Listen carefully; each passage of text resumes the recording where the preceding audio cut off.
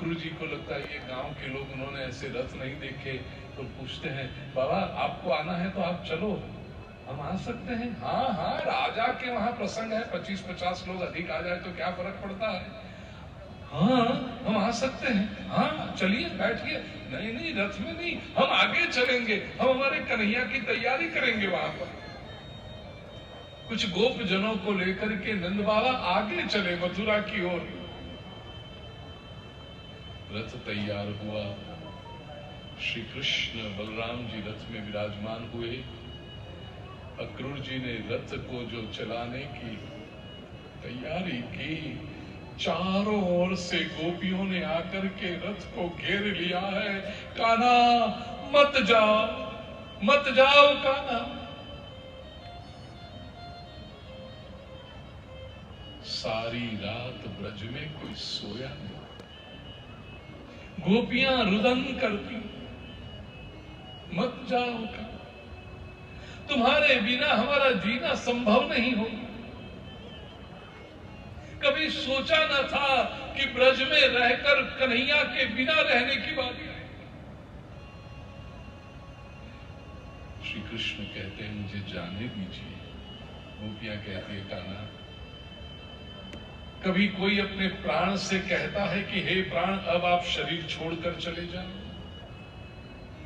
तुम्हें पता हो कि न हो, हमने तुम्हें प्राण से भी अधिक प्रेम किया है कान्हा, मत जाओ। गोपियां रुदन करती हैं, सारी रात जो रुदन किया है, आंखें लाल हो गई, शरीर सूख गए हैं, वस्त्र ढीले पड़ते हैं, कंगन हाथ में से ऐसे ही नीचे उतर जाते हैं, बाल सूखे हो गए हैं, जोड़े छूट गए हैं, वेणी के पुष्प बिखर गए। एक गोपी ब्रह्मा जी से कहती है, अरे ब्रह्मा, हम तो सामान्य मनुष्य हैं, फिर भी हमें पता है कि एक बार एक वस्तु किसी को दे फिर लेते नहीं वापस। इतने बड़े विधाता बन के बैठे हो, कृष्ण सानिध्य का सुख हमें दिया, हमें संतोष हो न हो उससे पहले कन्हैया को छीनने बैठे हो हमसे। एक गोपी रथ के ऊपर चढ़ गई, अक्रूर जी का कंधा पकड़ के हिलाते हुए पूछती है, अक्रूर, अक्रूर,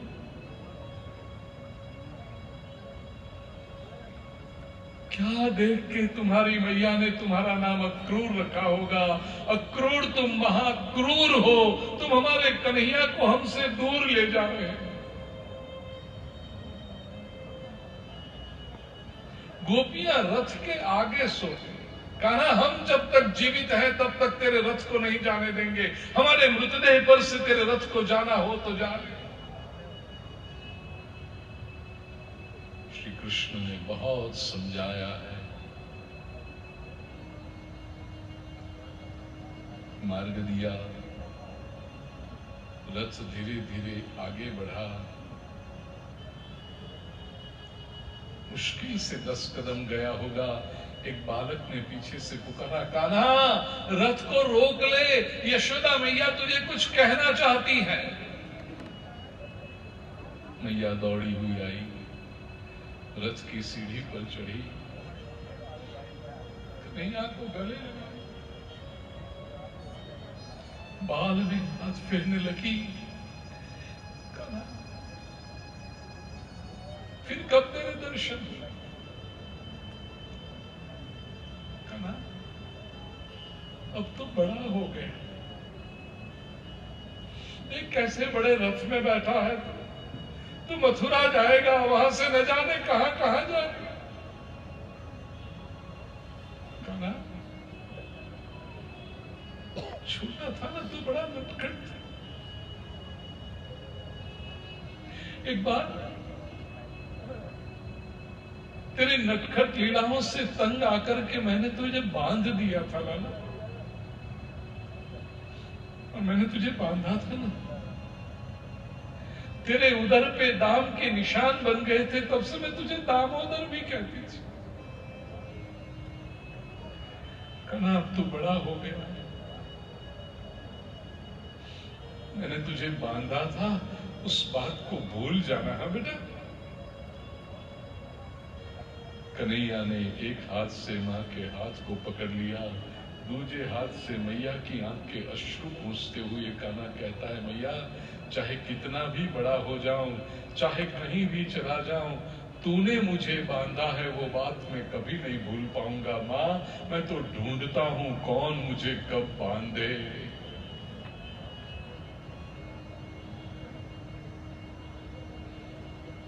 कान्हा के मस्तिष्क में केश पसवालती हुई यशोदा मैया नीचे उतरी, रथ का द्वार बंद हुआ, रथ धीरे धीरे धीरे धीरे मथुरा की दिशा में जाने लगा। ब्रजवासी पीछे पीछे पीछे चल रहे हैं। कन्हैया ने कहा अब रुक जाइए। ब्रजवासियों ने कहा कान्हा हमारी इच्छा से चलते हो तो हमारी इच्छा से रुक जाओ। कोई विलक्षण आकर्षण है तेरे भी, हमारे पैर मानो तेरे पीछे चले घसीटे चले आ रहे हैं।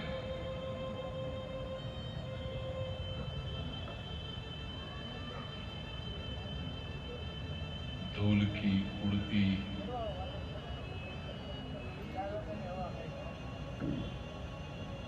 डमरियों के भीतर रथ मथुरा की दिशा में अदृश्य हुआ। ब्रजवासी आंखों में अश्रु का तोरण बांधे हुए वैसे ही स्तब्ध खड़े रहे। मार्ग में क्रूर जी को यमुना जी में प्रभु ने दर्शन दिए। अक्रूर जी ने श्री कृष्ण की स्तुति की, मथुरा पहुंचे। नंद बाबा ने तैयारी करके रखी थी। श्री कृष्ण बलराम कहते हैं बाबा हम मथुरा नगरी देखने जाएं। गए, दर्जी के पास से वस्त्र लिए, धोबी के पास से वस्त्र लिए, दर्जी ने नाप के करवे दिए। ये सारे प्रसंग छोटे छोटे हैं, महत्वपूर्ण भी हैं, लेकिन उसमें गलत फहमियां भी लोगों की बहुत है। कंस का धोबी जा रहा था वस्त्र लेकर, श्री कृष्ण ने कहा भाई वस्त्र हमें दे। उसने अहंकार से कहा कंस के वस्त्र हैं। कृष्ण ने कहा हम भी तो कंस के मेहमान हैं, दे दो। कल राजा के वहां जाना है, अच्छे वस्त्र पहन के जाएंगे तो राजा की शोभा बढ़ेगी। धोबी ने कुछ अनाप शनाप बातें कही। श्री कृष्ण ने एक हाथ मारा, धोबी का मस्तक धड़ से अलग हुआ। अब कुछ लोग ये कहते हैं कि ये धोबी राम जन्म का था, जिसने सीता जी के बारे में फरियाद की थी। कितने लोगों को ये पता है कि राम जन्म का धोबी था जिसको भगवान ने यहाँ पर, कितने लोग जानते? जरा हाथों पर करो। ये झूठ बात है अंजू, इसको दिमाग से निकाल देना। किसी शास्त्र में इसका प्रमाण नहीं। रामावतार के धोबी को कृष्णावतार में आकर के प्रभु मारे तो नारायण करुणामय शरणम कहां रहा? भगवान भी याद रखते हैं एक अवतार तक, पिछले अवतार में तूने ये किया था ढिशुम, तो भगवान कहां रहे फिर? ये धोबी अलग है, ये धोबी स्वतंत्र है। और दूसरी बात, हनुमान ग्रंथ में मैंने स्पष्टता की है रामायण के श्लोकों के साथ। लोग कहते हैं धोबी की शिकायत से राम जी ने सीता का त्याग किया। अब वाल्मीकि रामायण पढ़ो, कोई धोबी है ही नहीं। किसी धोबी के कहने पर राम ने सीता का त्याग नहीं किया। उत्तरकांड में सीता त्याग की घटना है, लेकिन उसके कारण अलग है, उसका विश्लेषण अलग है। वहां पूरे प्रसंग में कोई धोबी है ही नहीं। ये स्वजनों, हमारी सबसे बड़ी समस्या यह है कि हम मूल ग्रंथ कभी पढ़ते नहीं। हम केवल कही सुनी बातों पे, और हमारा सबसे बड़ा सोर्स होता है टीवी सीरियल, जो सबसे नॉनसेंस सोर्स है। क्योंकटीवी सीरियल वालों को केवल एंटरटेन करना है, वो कोई तुम्हें शास्त्र देने के लिए नहीं बैठे हैं। उनको तो टीआरपी से मतलब है। इसलिए मेरे पास लोग जब आते हैं ना कि वो टीवी सीरियल में ऐसा दिखा है, मैंने I am not responsible for it, मैं उत्तर भी नहीं दूंगा उसका। टीवी सीरियल वाले क्या दिखाते हैं उसका उत्तर मैं देने बैठूं? नहीं, शास्त्र लेकर आओ, मैं अवश्य उत्तर दूंगा। टीवी सीरियल में कभी देखता ही नहीं, तो मुझे पता ही नहीं कि वो क्या दिखा रहे हैं, लेकिन कचरा दिखा रहे हैं इतना पता है, जिस तरह से प्रश्न लोगों के आते हैं। तो आपकी इंफॉर्मेशन का जो सोर्स है वो सही करो, प्लीज। शास्त्र का अभ्यास करो, मूल ग्रंथ पढ़ने का आग्रह रखो, फिर हमारे धर्म को, हमारे ग्रंथों को, हमारे अवतारों को, हमारे भगवान के स्वरूपों को हम सही रूप में समझ पाएंगे। केवल कहीं सुनी बातों पे मत जाओ। तो कोई धोबी रामायण में है ही नहीं, धोबी के कहने पर राम जी ने सीता का त्याग नहीं किया है, तो फिर यहां पर वो धोबी का कनेक्शन गलत हो गया पूरा। ठीक है, दर्जी ने कपड़े माप के करके दिए, इसमें बड़ी मधुर बात है।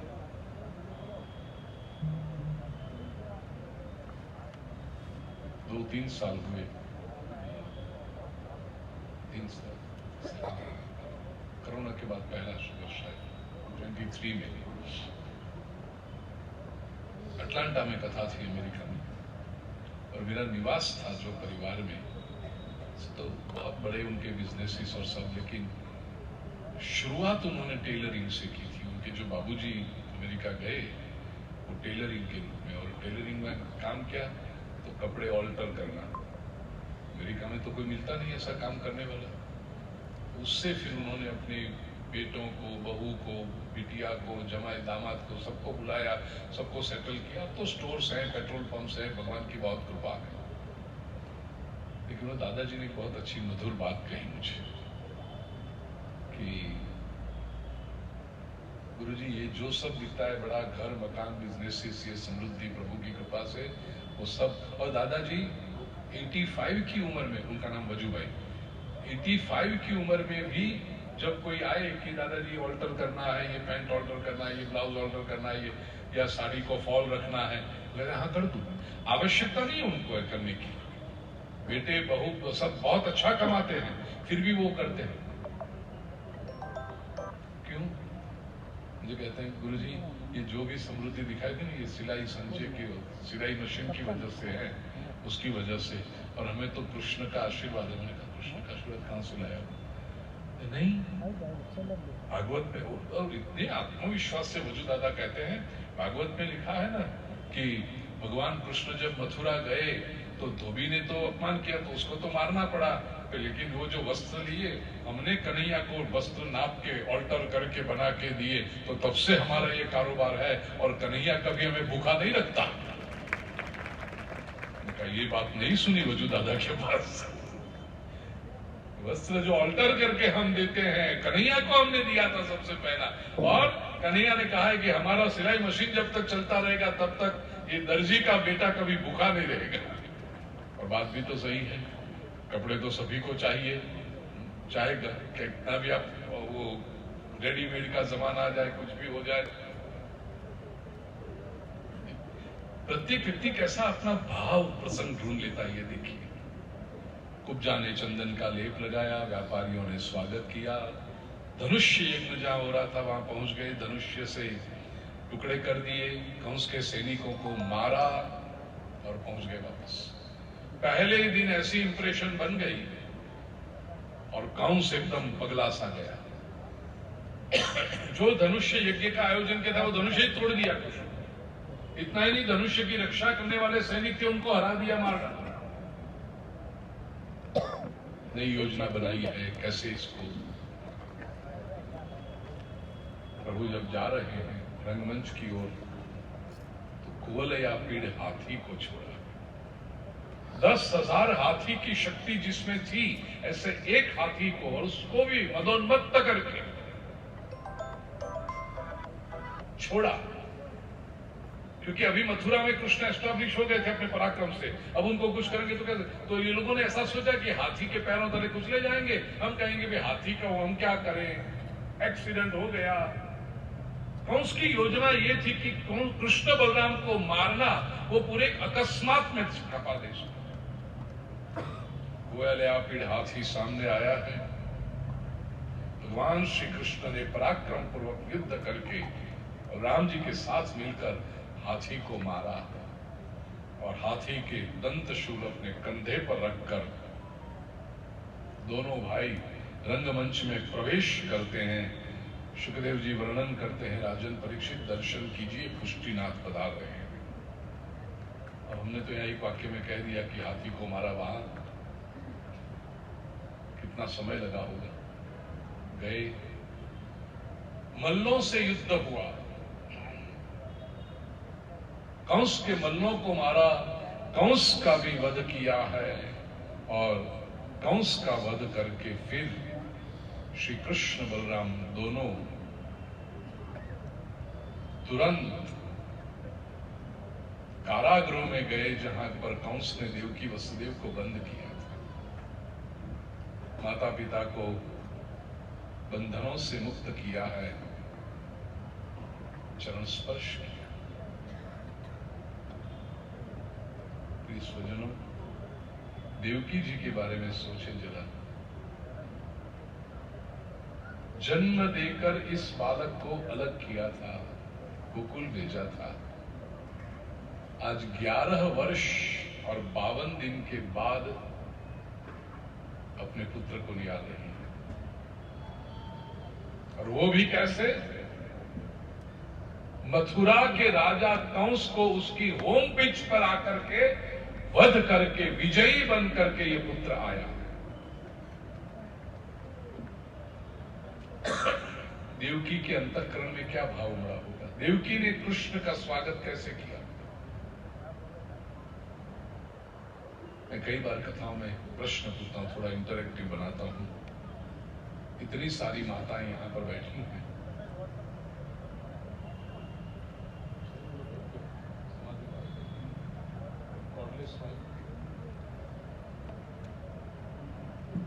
इतनी सारी माताएं यहां पर बैठी हैं। मेरे प्रश्न सुन लेना। समझ लीजिए आपका 11-12 वर्ष का पुत्र या पुत्री हो, छुट्टी के दिन स्कूल से पिकनिक में जाए हो, सुबह 7 बजे आप ही उसको बस स्टॉप पर छोड़ के आए थे स्कूल की बस में। सारे बच्चे गए थे, टीचर्स भी थे साथ में, कुछ पेरेंट्स भी साथ में थे, और आपसे कहा गया था कि 7 बजे वापस लौटेंगे शाम को, यहीं से आप पिकअप कर लेना। आप 6:45 बजे वहां पहुंच गए। 7, 7:30, 8 बस नहीं आ रही। चिंता होती है।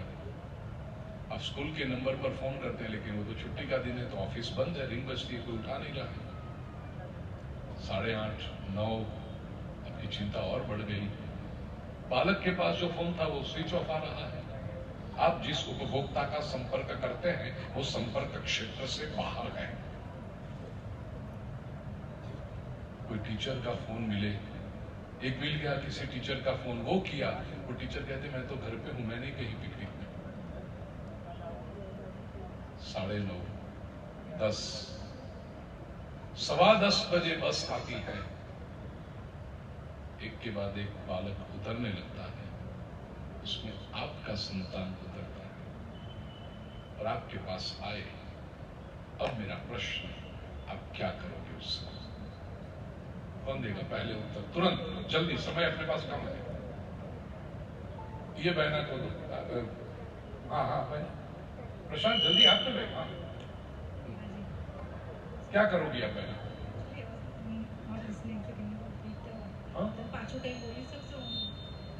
ना जाओ तो पाछू ना बोले, चलो बीजा ना करो।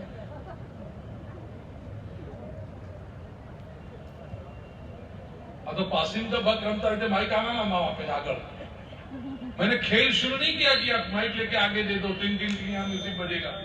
सबसे पहले तो बालक को बहुत ज्यादा प्यार करेंगे। बहुत सुंदर, बालक को बहुत ज्यादा प्यार करेंगे। Very good. चलो और कोई मदद? साधना बेन? हाँ, गले लगा लेंगे। गले लगा लेंगे बालक को, बिल्कुल सही। और कोई उत्तर? प्रज्ञा बेन ने? आप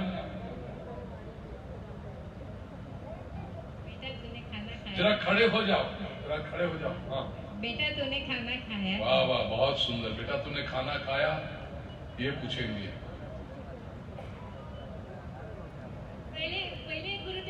डांटेंगे फिर उसको गले लगाएंगे जय प्यार से। हो। ऐसी भी माता होती है, डांटेंगे।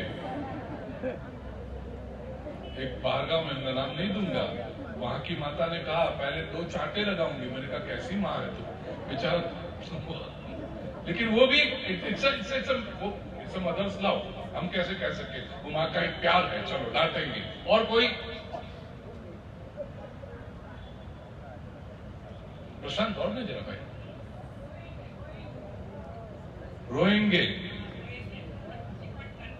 हाँ, बालक को देख के रोएंगे, आंख में आंसू आ जाएंगे, सही बात है। चलो और कोई? हाँ हर्षद भाई, તમારે ના બોલાય, માનો સવાલ છે બસ। માઈ કામે તે મંડી પણ હસુબેન ને બોલવા દો। माता की इमोशन को देखता हूं, माँ क्या करेगी। हाँ जी, इतना देर कैसे हो गई? वेरी गुड, पूछेंगे बेटा इतनी देर कैसे हो गई तुम्हें। और कोई? અહીંયા पहली लाइन में आओ।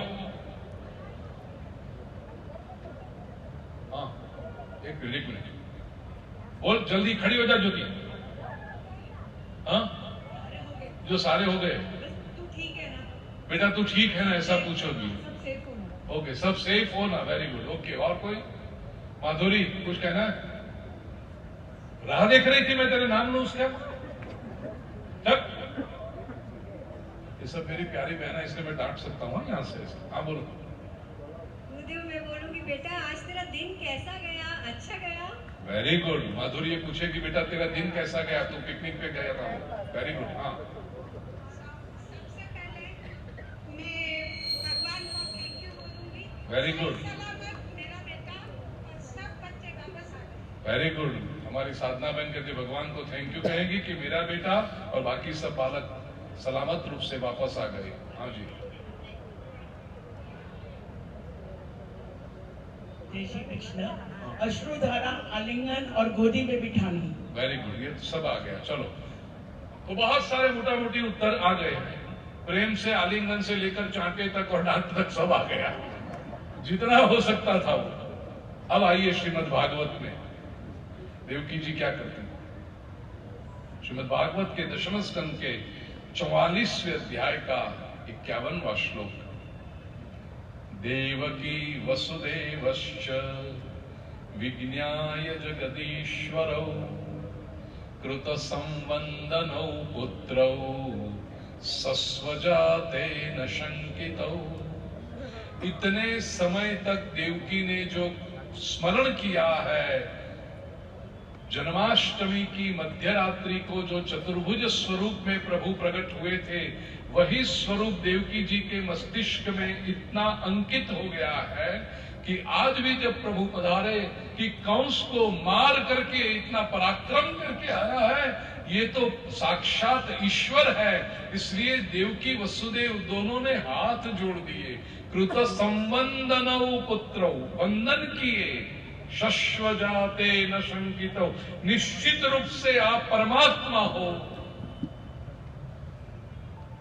प्रिय स्वजनों, प्रभु कैसे हैं? हम प्रभु के साथ जो संबंध बनाते हैं, प्रभु ऐसे। यही घटना कुछ समय के बाद जब हुई, ग्रहण के समय कुरुक्षेत्र में फैमिली यूनियन हुआ है। कृष्ण ने सोचा सबसे मिला जाए, ब्रज से ब्रजवासियों को बुलाया, नंद यशोदा गोप गोपियों को, इंद्रप्रस्थ से पांडवों को बुलाया और द्वारिका से प्रभु स्वयं वहां गए। भारत का नक्शा यदि आप देखो प्रिय स्वजनों, तो कुरुक्षेत्र हरियाणा आज जो है, वहां पर ग्रहण के समय मिले तो उससे सबसे ज्योग्राफिकली नजदीक कोई डिस्टेंस होगा तो इंद्रप्रस्थ दिल्ली है आजकल, फिर ब्रज आता है और द्वारिका तो दूर पड़ता है। पहुंचने में गोकुलवासी ब्रजवासी पहले पहुंच गए, कन्हैया से मिलना होगा। इतने वर्षों के बाद सबके निवास का प्रबंध किया गया है, कुटीरें बनाई गई हैं घास की, मिट्टी की। पांडव भी पहुंचे, प्रभु भी पहुंचे, द्वारिकाधीश बन गए हैं। विशाल रथ में बैठे हुए श्री कृष्ण जब कुरुक्षेत्र में प्रवेश करते हैं, सारे नगरवासी जय हो द्वारिकाधीश की जय हो, द्वारिकाधीश की जय हो, जय जयकार हो रहा है। उसमें से मार्ग करते हुए श्री कृष्ण पूछ लिया, मेरे ब्रजवासी कहां ठहरे हुए? पता चला उस दिशा में। दारुक से कहा रथ वहीं ले लो, पहले मैं वहां जाऊं। प्रभु आपका निवास, आप इतनी बड़ी यात्रा करके आए हैं, थोड़ा विश्राम करें, थोड़ा नहीं, मैं पहले ब्रजवासियों से। रथ खड़ा रखा, श्री कृष्ण रथ में से नीचे उतरे, रत्न जड़ित स्वर्णांकित मुकुट को उतार के रथ में रख दिया, चले। पहले ही कुटीर नंद यशोदा की थी। नंद यशोदा प्रतीक्षा करते बैठे थे, कन्हैया आने वाला है, कन्हैया आने वाला है, हम कन्हैया से मिलने आए हैं। श्री कृष्ण ने कुटीर में प्रवेश किया, यशोदा जी सन्मुख बैठे, श्री कृष्ण दौड़े, मां।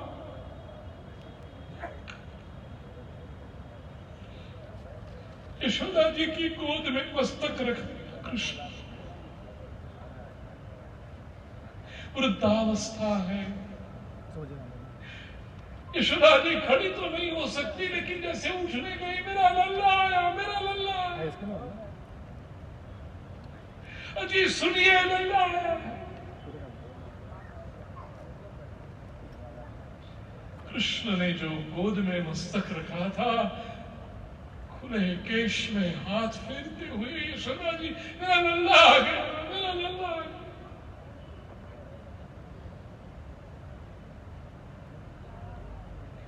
यशोदा जी के लिए प्रभु हमेशा उसका प्यारा लल्ला ही रहा, लालन ही रहा।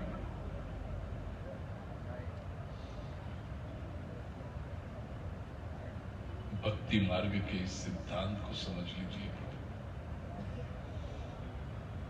भगवान कैसे हैं ये मत पूछना, हमारा भगवान से संबंध क्या है इस पर चिंतन करना। जिस संबंध में आप परमात्मा से जुड़ते हैं, परमात्मा आपको ऐसे दर्शन देता है। और इसलिए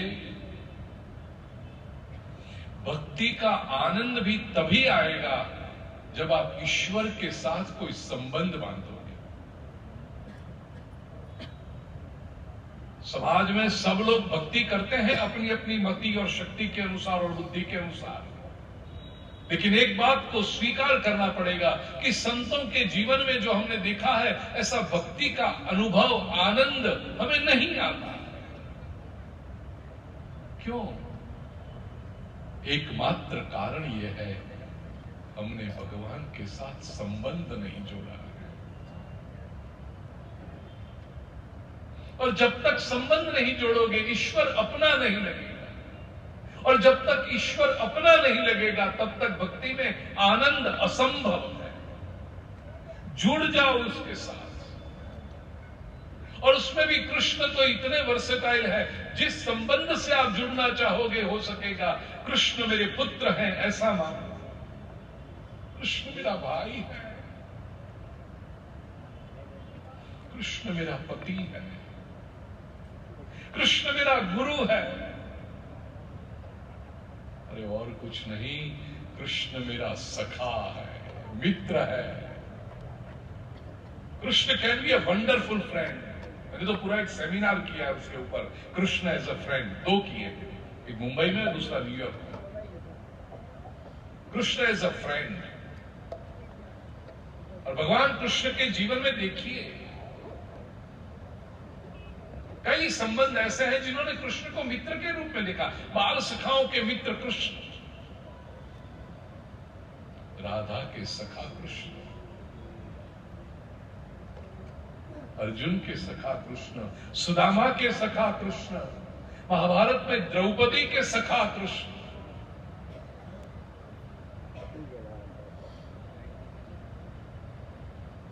द्रौपदी की इच्छा कृष्ण से विवाह करने की थी, प्रेम करती थी कृष्ण से, लेकिन श्री कृष्ण की योजना कुछ अलग थी। लाक्षागृह में जलते बचते हुए आए पांडव, छिपे हुए पांडव, ब्राह्मण के वेश में पांडव, उनको दुर्योधन के सामने खड़ा करना एक सोशल स्टेटस चाहिए था। इसके लिए आवश्यक था कि द्रुपद जैसे चक्रवर्ती सम्राट के जमाई बनकर के पांडव समाज में खड़े गए। श्री कृष्ण ने द्रौपदी से कहा, अपने सुख पूरे करने नहीं आया हूं, धर्मराज्य की स्थापना करने आया हूं, और धर्म की संस्थापना करने के लिए आवश्यक है कि तुम्हारा विवाह अर्जुन के साथ हो।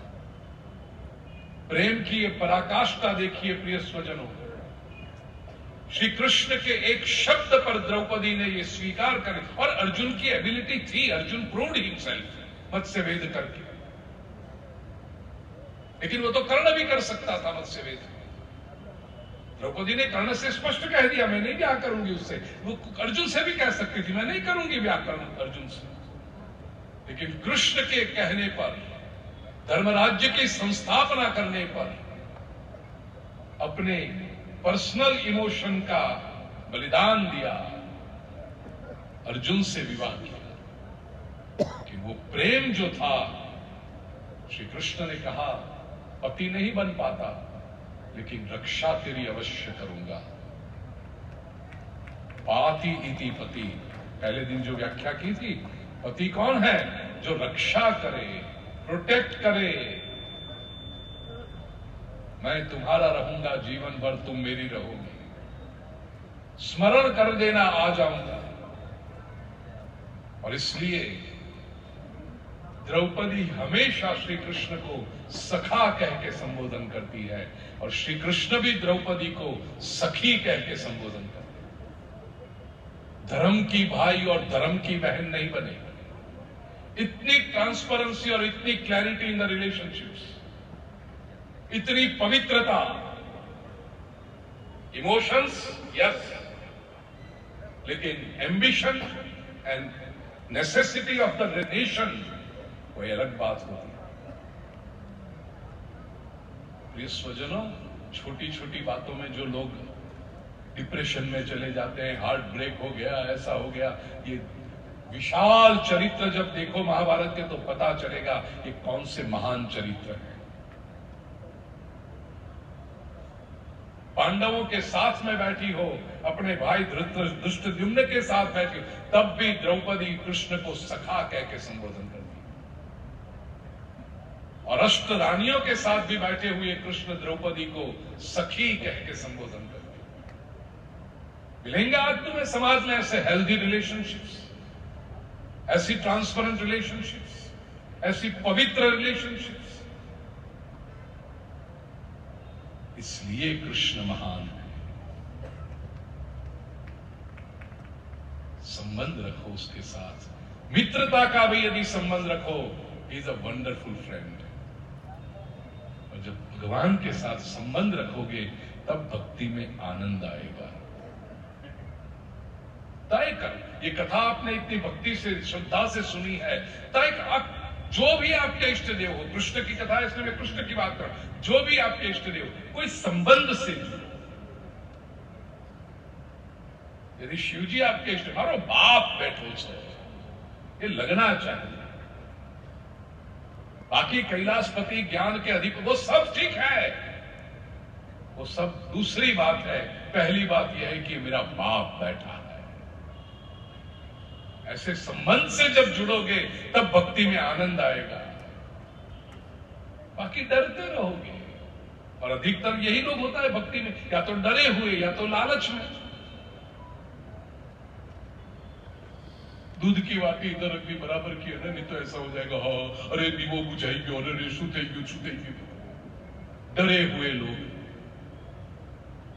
संबंध यदि होगा तो होता है डर कभी, या तो लालच से कुछ मिल जाएगा, कुछ मिल जाएगा। संबंध यदि बांधा तो प्राप्ति भी हो तो अरे मैं जानू उसके पहले उसे पता है मुझे क्या चाहिए, वो भेज देगा। ये भक्ति का आनंद है, प्रभु से संबंध। कृष्ण को जनेऊ दी गई। सांदीपनि ऋषि के आश्रम में उज्जैन में अध्ययन करने के लिए गए। सुदामा जैसा अनूठा मित्र मिला वहां पर। बहुत कम समय में विद्या संपादन हुई। संदीप जी ने कहा कि अब गुरु जी ने कहा कि वापस जाओ। श्री कृष्ण पूछने गुरुदेव दक्षिणा क्या दूं? गुरु जी कहते ये पूछने चला दक्षिणा क्या दूं? नहीं गुरुदेव, आपके पास से इतना ज्ञान प्राप्त किया है तो दक्षिणा देना ये तो मेरा कर्तव्य है। न दूं तो मुझे पाप लगे, तो दक्षिणा तो मुझे देनी ही है। लेकिन गुरुदेव, आपको तो विश्व भर में कितने श्रेष्ठ शिष्य होंगे, अच्छी से अच्छी दक्षिणा देते होंगे। मैं कुछ ऐसी दक्षिणा देना चाहता हूं जो अभी तक आपको किसी ने न दी हो। कोई विशिष्ट, कोई विलक्षण दक्षिणा देना चाहता हूं। गुरुदेव तो स्वयं न बोले, कृष्ण ने ढूंढ निकाला। गुरुदेव के पुत्र को पंचजन नाम का राक्षस उठा के ले गया था। राक्षसों का हमेशा यही काम रहा है, अच्छे अच्छे परिवार के संस्कारी संतानों को गलत मार्ग पे भटका देना, ताकि अच्छे काम संसार में हो ही नहीं। ये राक्षसों का काम। सांदीपनि ऋषि धर्म का कार्य करते थे, अब उनका पुत्र ये काम संभाल लेता तो राक्षसों ने आके क्या किया? बहका दिया, बेटे को गलत मार्ग पे चला दिया। कर नौकरी कर, कुछ कर, ये कर, पार्टी कर, खा पी मौज कर, बहका दिया उसको। सत्कर्म अब आगे कौन करेगा? सांदीपनि ऋषि को चिंता थी। श्री कृष्ण गए हैं, पंचजन को, राक्षस को मारा, पुत्र को समझाकर वापस ले आए। गुरु दक्षिणा में पुत्र दिया है। प्रिय स्वजनों, भारतीय संस्कृति का ऋषि ये चाहता है। दक्षिणा में संपत्ति देना तो बहुत सरल है, उससे तो इजी कुछ है ही नहीं। लिफाफा भर के दे दो, रख दो, उससे इतना सिंपल है वो। भारतीय संस्कृति के जो ज्योतिर्धर संत हैं, वो आपकी संपत्ति से नहीं संतुष्ट होते, उन्हें आपकी संतति चाहिए। हम कहते हैं आपकी संतति हमें दो, आपकी यंग जनरेशन हमें हमारे पास लाके रखो। दक्षिणा में हमें वो चाहिए, क्योंकि नई पीढ़ी यदि धर्म के मार्ग पर चलेगी तो सनातन संस्कृति टिकेगी, तो मानवता उजागर होगी, तो विश्व का कल्याण होगा। दक्षिणा में यंग जनरेशन चाहिए, उनके लिए कुछ करेंगे। बाकी आ वडीलो तो धारे कोई हवे बगड़ी हके एम नहीं। ये सब बड़े बूढ़े तय करे कि चलो बिगड़ा जाए। क्या बिगड़ोगे तुम? करोगे क्या बिगड़ के? जो भी हमें करना है तो यंग जनरेशन के साथ करना है। देवांग, ध्यान रख, नई जनरेशन के लिए कुछ कर।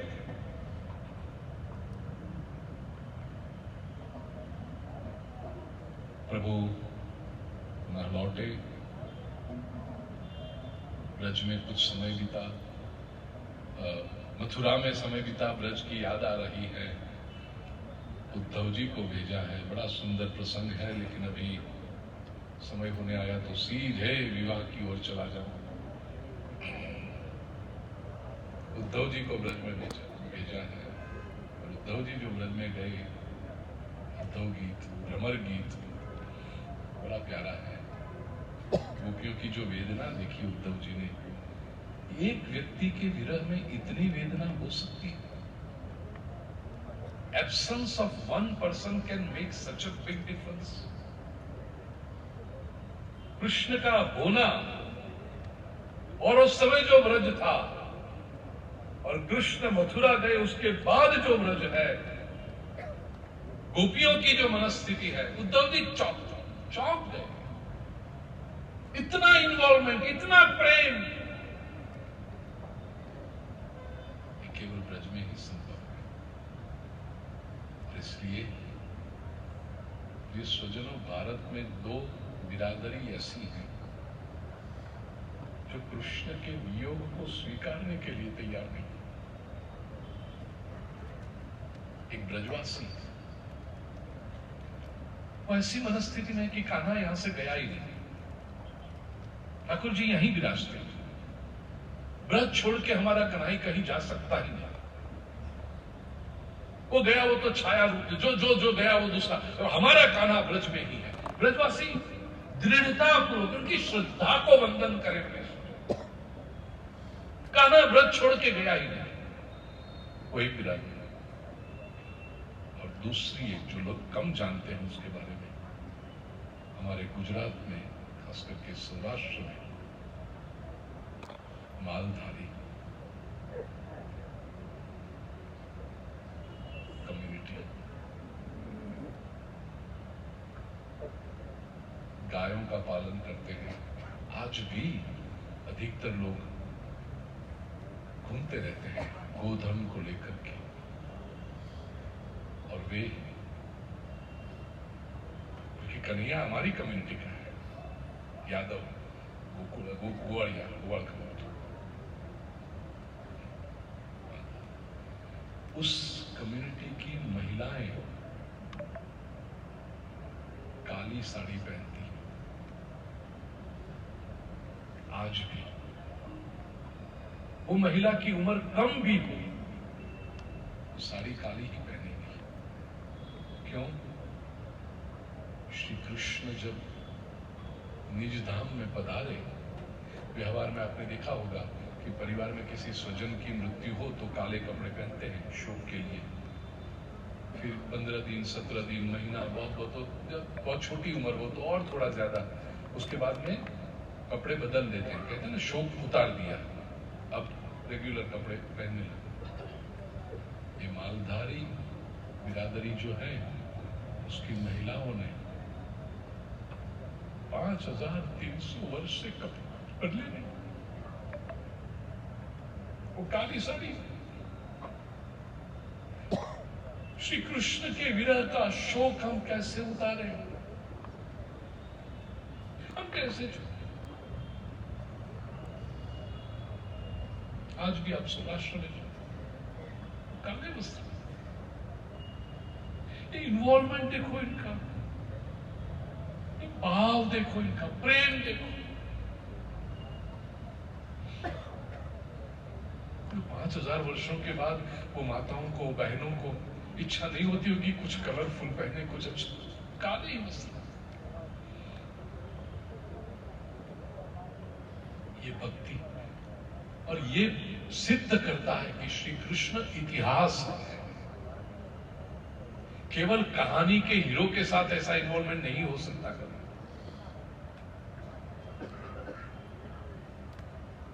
वो उस समय से जो परंपरा आई, 5000 वर्ष में तो कितनी पीढ़ियां बदल गई होंगी, लेकिन किसी ने वो काला वस्त्र नहीं उतारा।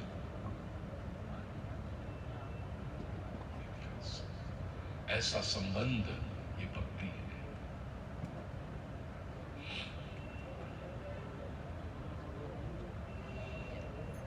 उद्धव जी लौटे दशम स्कंद के उत्तरार्ध में। अब जो भगवान श्री कृष्ण ने कंस को मारा था, कंस की 2 पत्नियां जिनके नाम है अस्ति और प्राप्ति, जरासंध की पुत्रियां ये दोनों, गई अपने पिता के पास।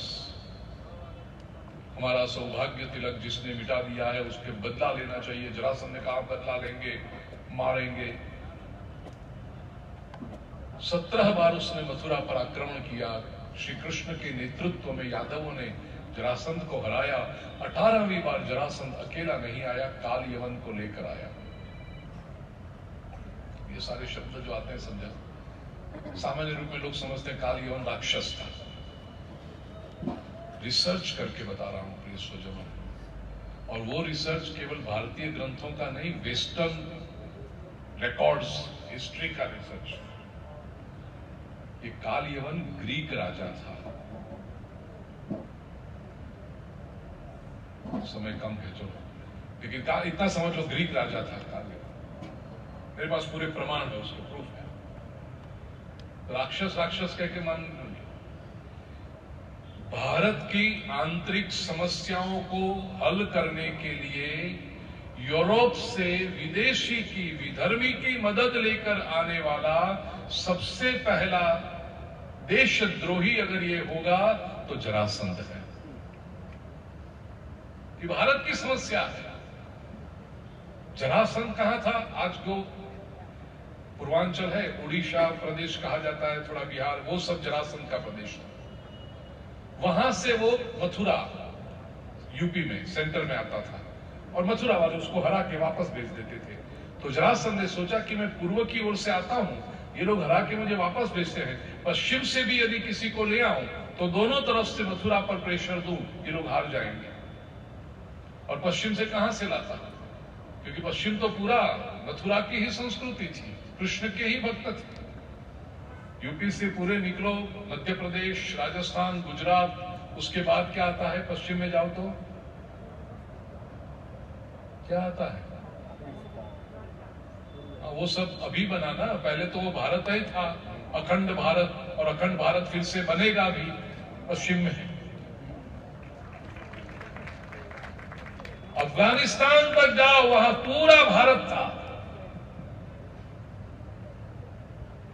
गांधारी महाभारत में जो है ना, धृतराष्ट्र की पत्नी, वो वहां से है, जिसको अभी कंदहार कहते हैं। कंदहार नहीं, वो गांधार है, जहां से आई है। तो पूरा वो भारत ही था। फिर उधर जाओ आगे तो फिर यूरोप आ पड़ता है, वहां से ले आए। अब तो ठीक है, बात अच्छा हो गया। नहीं तो कुछ लोग स्वतंत्रता के बाद और उसके बाद वही वहां की ग्रीक की, बोलू ना बोलू, गोरी का पल्लू पकड़ के पप्पू के पीछे पीछे तुम हमारा उद्धार करो। अरे हमें 56 छाती वाला बैठा चाहिए। हम जानते हैं हमारे राष्ट्र को कैसे संभालना है। हमारा गुजरात में भड़वीर तैयार है।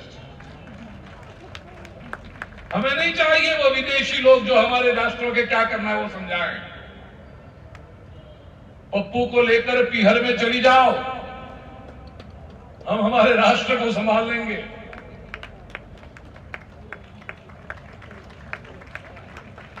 हमारे पास है शक्ति, ऐसी बुद्धि है, प्रतिभा है, और अब तो सबसे बढ़कर हमारे पास संकल्प है, राष्ट्र देवो भव। हम भारत का निर्माण करना चाहते हैं। अभी तक संकल्प की कमी थी, वो संकल्प भी अब हमारे पास है।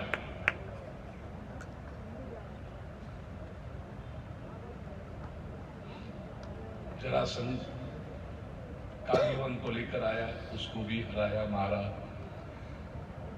लेकिन भगवान निकले। भगवान ने सोचा कि यहां बार बार जो युद्ध होता है, नुकसान तो मथुरा की भूमि को होता है, क्योंकि युद्ध मथुरा में हो रहा है। जीतते हैं सब कुछ सही, लेकिन नुकसान तो हो ही रहा है। और ये क्यों हो रहा है?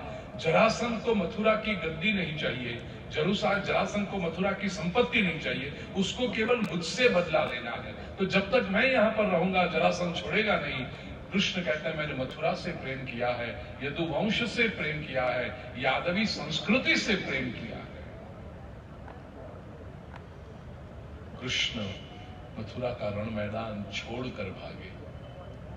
अब यूं पूछो तो रण छोड़कर भागना ही बुजदिली है, उसकी निंदा होती है जो रण छोड़कर भागे। लेकिन परोपकार की भावना से भागे, अनाउंस करके भागे कि कल मैं जाने वाला हूं, हिम्मत से भागे। इसलिए लोगों ने उसकी भी जय जयकार की, रण छोड़ राय की। द्वारिका नगरी बसाई है। बोलो एक वाक्य में कह दूंगा, द्वारिका नगरी बसाई। 750 फुट का फ्लैट बसाते हैं ना, पता है कैसे बसाया है हम लोगों ने यहां पर।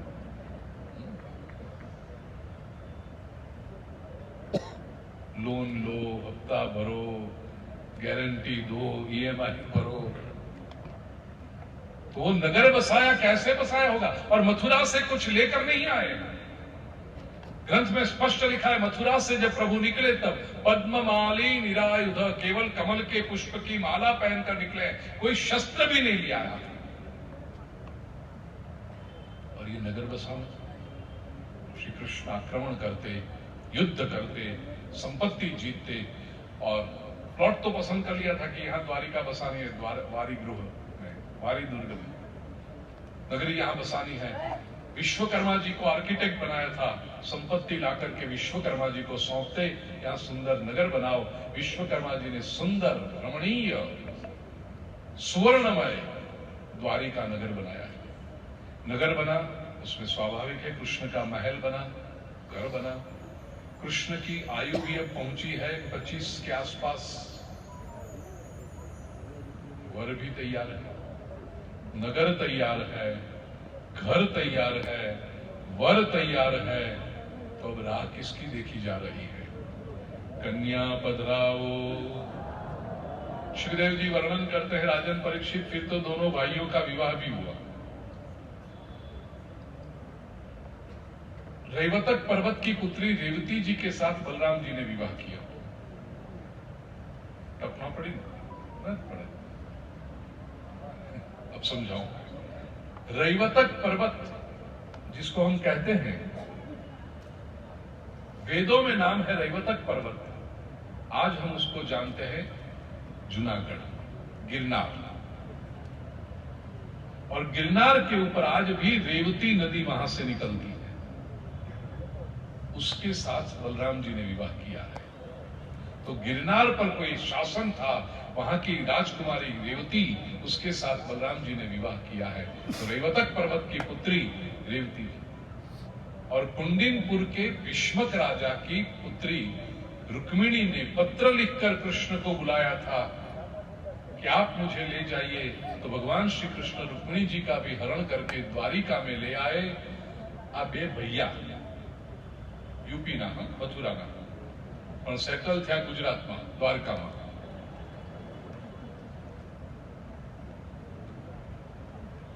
कुछ समय पहले कुछ पॉलिटिकल ऐसा चलता था ना कि यूपी वाले आते हैं, ऐसे होते हैं, वैसे होते हैं। मैंने कहा ये 5000 बरस से आ रहे हैं, उनकी आदत है ये। कहां रोकोगे, कितनों को रोकोगे? लेकिन एक बात है भाई, श्री कृष्ण और बलराम जी मथुरा में जो रहे हैं 20-22 वर्ष की रहे हैं, बाकी के 3 वर्ष दौड़ धूप में बीते हैं। और फिर जो सेटल हुए, द्वारिका में सेटल हुए। और श्रीमद् भागवत के प्रमाण से कहूं, भगवान श्री कृष्ण इस भूतल पर विराजे हैं 125 वर्ष तक उनकी आयु है। इसका अर्थ रफली देखो तो 25 वर्ष मथुरा में रहे, 100 वर्ष गुजरात में रहे द्वारिकाधीश बनकर। तो श्री कृष्ण यूपी के कम, गुजराती ज्यादा थे। मैं वहां भी ये बात करता हूं संतों के सामने, और संत बड़ी प्रसन्नता से हंस के मुझे क्षमा कर देते हैं कि भाई ये रिसर्च आप ही करो। इसलिए कृष्ण जब हिंदी भी बोलते होंगे ना, तो गुजरातियों जैसी हिंदी बोलते होंगे। बताता कितने का दिया,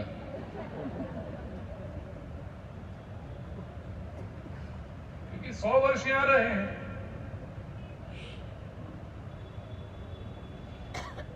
विवाह की बात आई, कहा कि राजा सिद्ध भीष्म को नाम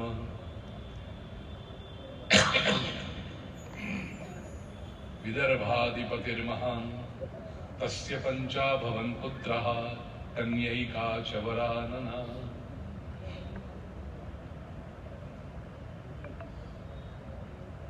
विदर्भ के भीष्मक नाम के एक राजा थे।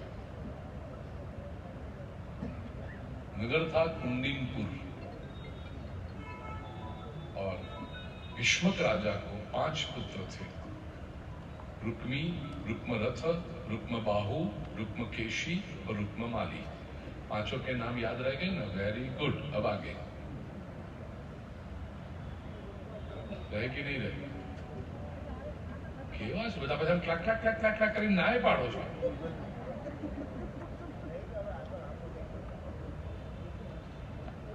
कोई बात नहीं, बड़े भाई का नाम याद रखना, रुक्मी। और ये पांचों भाइयों की एक बहन थी, रुक्मिणी। अत्यंत सुंदर दिखने में, अत्यंत बुद्धिमती और अत्यंत पराक्रमी। ये तीन का कॉम्बिनेशन बहुत कम देखने मिलता है। कन्या सुंदर भी हो, बुद्धिमती भी हो और पराक्रमी भी हो। रुक्मिणी ऐसी थी। 16 वर्ष की आयु, राजकुमारी है, प्रिंसेस है। वो सभा में बैठती है पिता के साथ और जो बातें होती हैं, व्यवहार होता है, वो सुनती है, समझती है।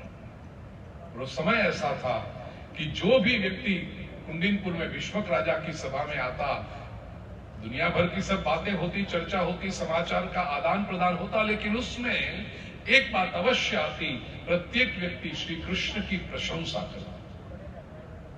कहीं न कहीं से कृष्ण की बात निकलती, प्रशंसा होती।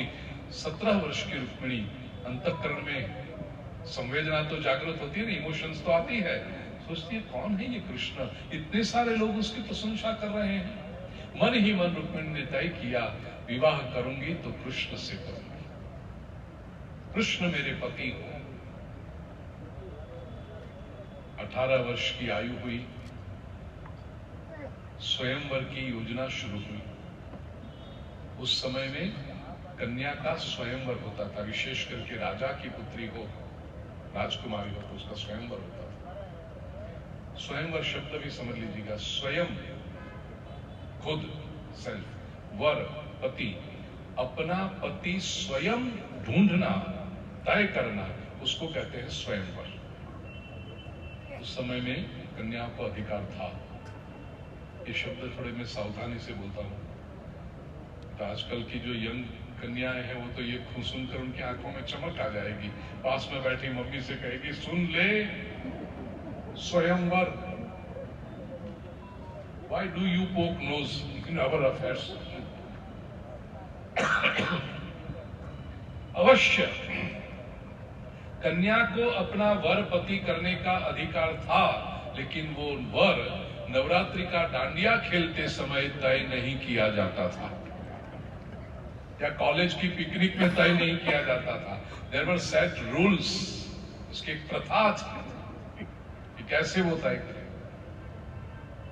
रामायण में देखो सीता जी का स्वयंवर, महाभारत में देखो द्रौपदी का स्वयंवर, एक प्रोटोकॉल हुआ करता था, ऐसे वो वर पसंद किया।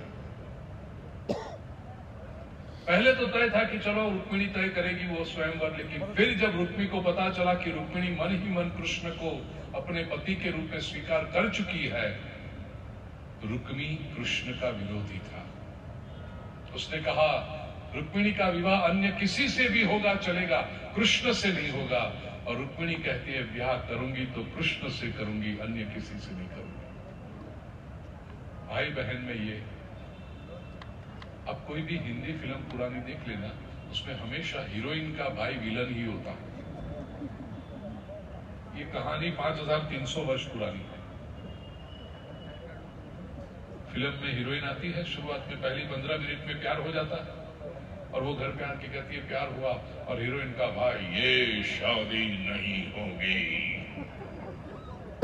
वो कहती है इसी से करूंगी। और 1.5, 2, 2.5 घंटे की धमाचकड़ी के बाद हेमंत पाछी, व्यासोच्छिष्टम जगत सर्वम।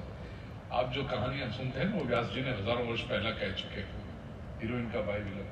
तो रुक्मिणी कहा नहीं होने दूंगा।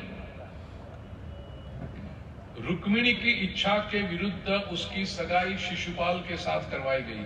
शिशुपाल दमघोष का बेटा, रुक्मिणी का मित्र, ये सारे जरासंध की गैंग के लोग थे, कृष्ण के विरोधी लोग थे।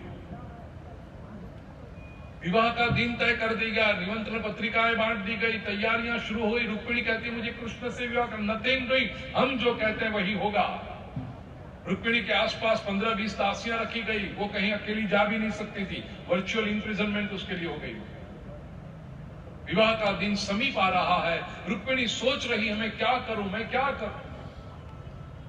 एक मन में विचार आया, कृष्ण मुझे लेने के लिए आए तो कितना अच्छा होगा, लेकिन कृष्ण कैसे आएंगे लेने? कृष्ण को तो अभी तक कुछ पता ही नहीं है। अभी तक जो चल रहा है वो तो रुक्मिणी का वन वे ट्रैफिक चल रहा है ना सब। अपने अंतःकरण की संवेदना श्री कृष्ण को पता चले, इसलिए श्री कृष्ण ने, रुक्मिणी ने श्री कृष्ण को एक प्रेम पत्र लिखा है। विश्व का यह सबसे पहला प्रेम पत्र है, ग्रंथ में छपा हुआ, वर्षों से संभाला हुआ मिलता है। सुदेव नाम के ब्राह्मण को बुलाया, ये प्रेम पत्र उनके हाथ में दिया और कहा इसे आप द्वारिकाधीश तक पहुंचाओ। ब्राह्मणों ने कैसे कैसे काम किए हैं प्रिय स्वजनों, जरा सोचिए। इसलिए ब्राह्मण को वंदन है। सारी विकट परिस्थिति में किसी की हिम्मत नहीं थी रुक्मिणी के सामने ये करने की, तो रुक्मिणी ने ये संदेश भेजने के लिए ब्राह्मण को ही पसंद किया कि वो ही ये काम कर सकता है। प्रिय स्वजनों, तात्विक अर्थ जरा समझिए। कुंडिनपुर अर्थात हमारा शरीर, उसमें भीष्मक जीवात्मा, मैं आप हम सब भीष्मक हैं। हम सभी के 5 पुत्र हैं, 5 इंद्रियां जिससे हमारा व्यवहार चलता है, और हम सभी की पुत्री है रुक्मिणी, बुद्धि। भागवत ने कितना सुंदर संबंध बनाया, देखिए बुद्धि के साथ। बुद्धि हमारी पुत्री है। वेस्टर्न वर्ल्ड में क्या है, बुद्धि को दासी बनाया है। My intellect, I can do whatever with what I want with my intellect. व्यक्ति जो गलत विचार करता है उसको सही कराने के लिए बुद्धि का दुरुपयोग किया गया है आधुनिक विश्व में। ये दासी का काम है, ये स्लेवरी है। बुद्धि दासी नहीं है, बुद्धि पुत्री है, और पुत्री की गरिमा होनी चाहिए। पुत्री के पास कोई गलत काम नहीं करवाते। पुत्री गलत करे तो भी रोक लेते हैं, बुद्धि कोई गलत विचार करे तो रोक लो उससे।